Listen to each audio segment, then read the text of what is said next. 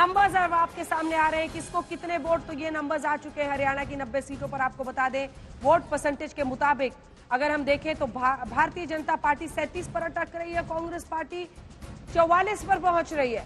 43.8 round of कीजिए, 44% vote percentage Congress party को मिलता हुआ दिखाई दे रहा है।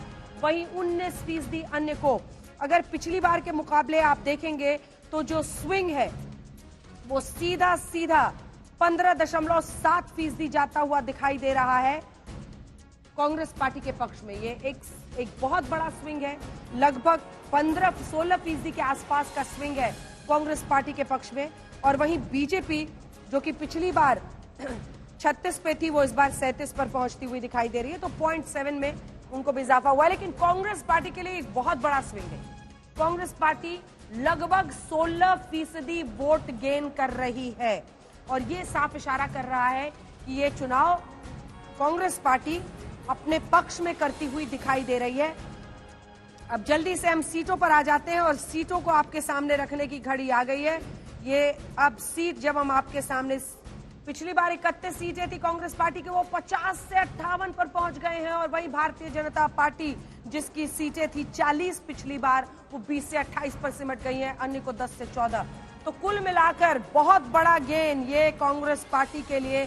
सीट प्रोजेक्शन में 23 सीटों का सीधा फायदा होता हुआ कांग्रेस पार्टी को दिखाई दे रहा है। वहीं भारतीय जनता पार्टी 16% की गिरावट, 16 सीटों की गिरावट है और 10 सीटों की गिरावट अन्य को भी जाती हुई दिखाई दे रही है। अब से कुछ ही देर में हम ये भी पूछेंगे कि ये देखिए, ये जो जेजेपी है, ये जेजेपी को हम मान रहे हैं या अन्य में हम सबको शामिल कर रहे हैं? जेजेपी के अलावा अन्य में सभी कोई, आईएनएलडी भी शामिल है, इंडिपेंडेंट शामिल हैं, गोपाल कांडा की पार्टी शामिल है। तो ये तमाम चीज लोग हैं उसमें। भी इस बार बीएसपी भी, लेकिन बीएसपी की सीट कोई इसमें नहीं दिख रही है। एक बड़ी इंटरेस्टिंग बात है ना, जब आप वोट शेयर का जिक्र कर रही थी यहाँ पर, तो ये बताना बहुत जरूरी है कि जो कांग्रेस का गेन है वो दरअसल कोई बीजेपी के खाते से नहीं आ रहा है, बल्कि आईएनएलडी और जेजेपी का जो पूरा कोलैप्स हुआ है, खासतौर पे जेजेपी का दुष्यंत चौटाला की क्रेडिबिलिटी खत्म हो गई। Complete collapse. पिछली बार 10 सीटें लेकर आए थे, एक युवा के चेहरे के तौर पर थे, लोगों को लगा वो उम्मीद के साथ है और वो कुछ नया करेंगे। लेकिन उन्होंने बीजेपी के साथ सरकार बनाई, 4.5 साल मलाई खाई सत्ता की, उसके बाद से 6 महीने पहले रिजाइन किया।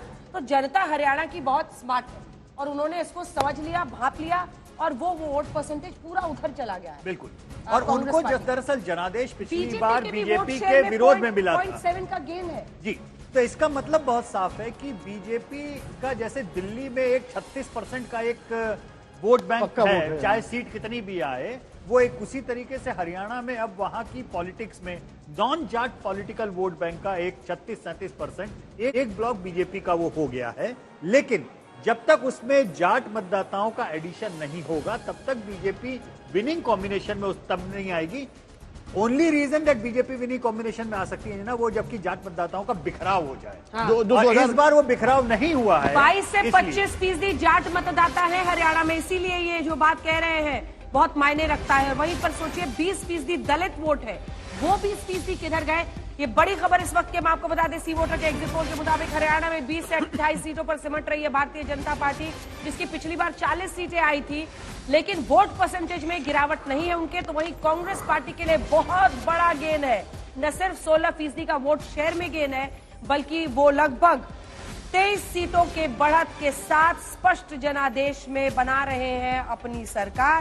54 सीटें, 54, 46 है बीच का आंकड़ा, बहुमत का आंकड़ा 46 है 90 सीटों में, लेकिन 46 से बहुत ज्यादा 54 सीटों पर पहुंचती हुई कांग्रेस पार्टी दिखाई दे रही है। अपर एज अगर होता है तो वो 58 पर पहुंच जाते हैं, ये देखिए। वहीं भारतीय जनता पार्टी 20 से 28 सीटों पर सिमट रही है। कुल मिलाकर ये फिगर्स में आप साफ समझ सकते हैं, जेजेपी जिसकी 10 सीटें पिछली बार आई थी, वो जेजेपी खत्म हो गई। 15% वोट शेयर था जेजेपी का पिछली बार, 14.84। दुष्यंत चौटाला एक नई पॉलिटिक्स की बात कर रहे थे, लेकिन बचा कौन? एक विधायक नहीं बचा। चुनाव में जाते जाते माँ बेटे के अलावा सिर्फ एक विधायक बचा था, बाकी 7 के 7 विधायक उनके चले गए। इससे बहुत सीधी सीट मिलती है अंजना की जनादेश का अपमान जनता बर्दाश्त नहीं करती। पिछली बार जेजेपी को जो वोट मिले थे, सीटें मिली थी, वो बीजेपी के खिलाफ मिली थी और वो बीजेपी के खिलाफ जीतने के बाद में सीधे बीजेपी से हाथ मिला के आए। जिस तरीके से पीडीपी को भुगतना पड़ा वैली में, उसी तरह से जेजेपी को भुगतना पड़ा है हरियाणा में, और उसका सीधा फायदा वो कांग्रेस को मिलता हुआ दिख रहा है। मतलब जाट वोट जो कि बांटने की आशंका थी कि आईएनएलडी और बीएसपी उधर दलित और जाट को बांटेंगे, इधर जेजेपी दलित को और साथ में ज्यादातर जाट को बांटेंगे, वो नहीं हुआ है।